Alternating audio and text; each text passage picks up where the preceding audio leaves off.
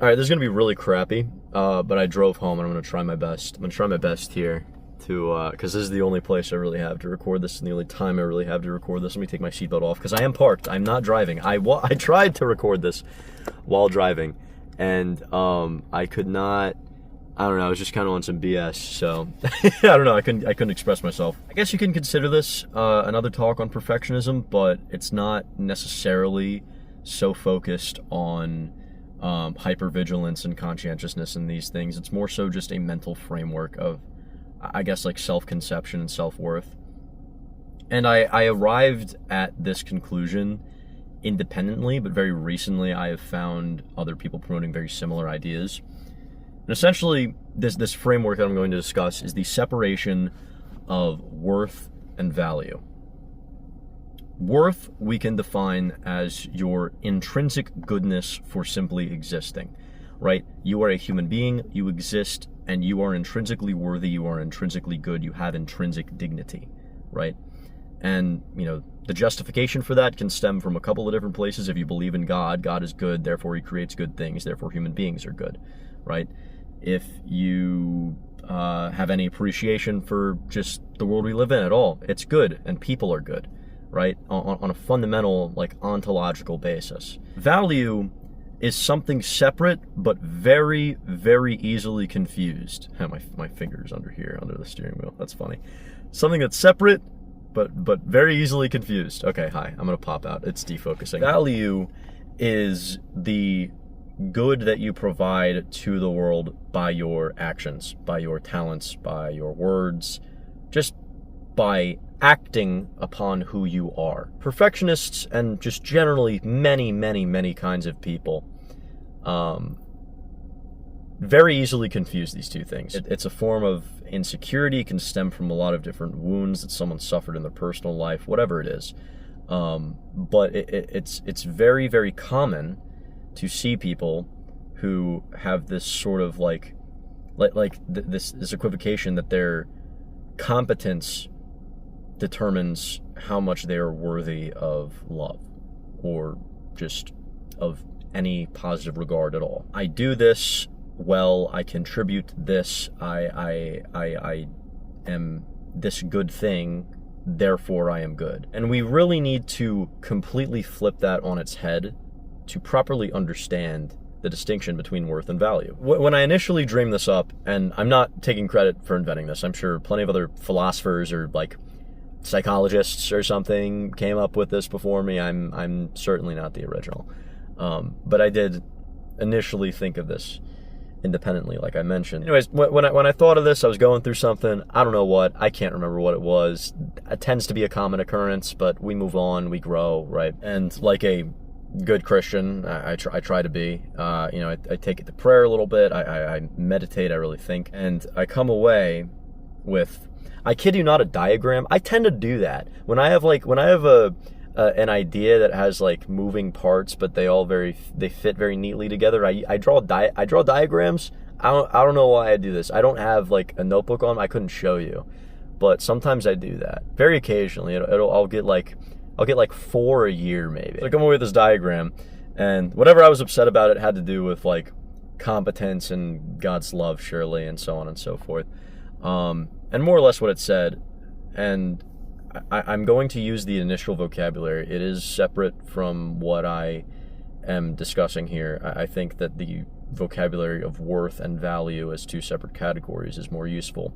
But essentially what I said was, my value as a synonym for worth is intrinsic to me because I'm loved by God, and all the things that I do in my life, and namely those things that I do for the good, and those things that are beautiful, and those things that are moral, and blah blah blah, those are expressions of that value. Okay. And this worth-value distinction is more or less that, right? We are intrinsically worthy. We are worthy creatures. We have worth, right? Worth that is debatably separate from us, right? Or separate from our actions. Worth that cannot be taken away by anyone, no matter what. It can't even be taken away by ourselves. Even if we do the most evil things in the world, right? We still have some fundamental degree of dignity that cannot be stripped. And again, the theist would regard this as the love of God for his creation. The humanist, I guess, would just think of the simple wonders of humanity and the wonders of the human species and appreciate that. And that's kind of what gives that value. But regardless, every single person has this worth, right? And thinking of the expressions of that value as I would have initially put it, however many ages ago I wrote this down, that's what value is, actually. Our value, again, comes from what we provide. If we fulfill our role in life and in our greater society, we are kind, loving, caring, and virtuous in how we behave towards other people. What we create, be it works of our labor or art or whatever else it may be, these things are value. And you can kind of take that in two different ways as well. You can take that as value with regard and in relation to society as a whole, or you can treat it as another vague sort of ontological thing. The same thing with worth, right? Where it's almost like spiritual in a sense, where that value, I'm going to put it in Catholic terms because that's the only framework I have, but I guess you could think of like merit, right? And these things are very odd terms and very difficult to explain, but I think it's only when we realize and fully accept this that we can come to the proper conclusions about our own self-conception and self-worth. I mean, I don't like recurring definition terms, but we'll say self-worth. As well as just how to properly relate to other people. Because the same standard that applies to you applies to others, right? So if you are fundamentally worthy, as this theory would state, then people have an obligation to treat you with love and with kindness.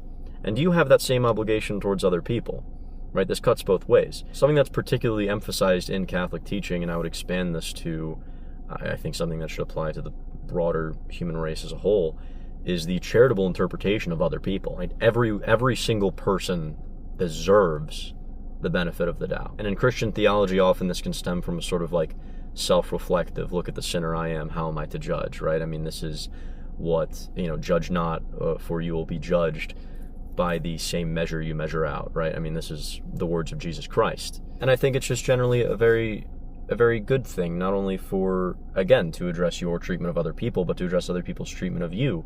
You are worth it. You have dignity as a human being, and if you doubt that for a second, or if you tie that up in your own competence and your own ability to contribute good to the people around you and to society, that's fundamentally misguided, because that is not where your worth, your goodness as a human being comes from. It is not the amount of things you do right, but rather that you do in and of itself, and that is what makes you worth it. You are worth it because you exist, okay? And nothing can change that. What you can change is from that sense of worthiness, from knowing that you were intrinsically good, you can take that goodness and give it to others.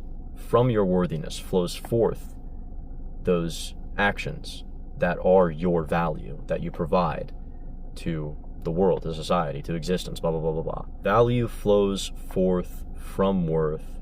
Value is not worth. The man who is secure in himself and knows he is good and seeks to love God and love his neighbor from that, from the very goodness of his existence, from the goodness of his creation, that man's going to be all right. And if you're in a place where you can perceive yourself as nothing but a failure, I'm sorry to break it to you, but you're wrong about this, right?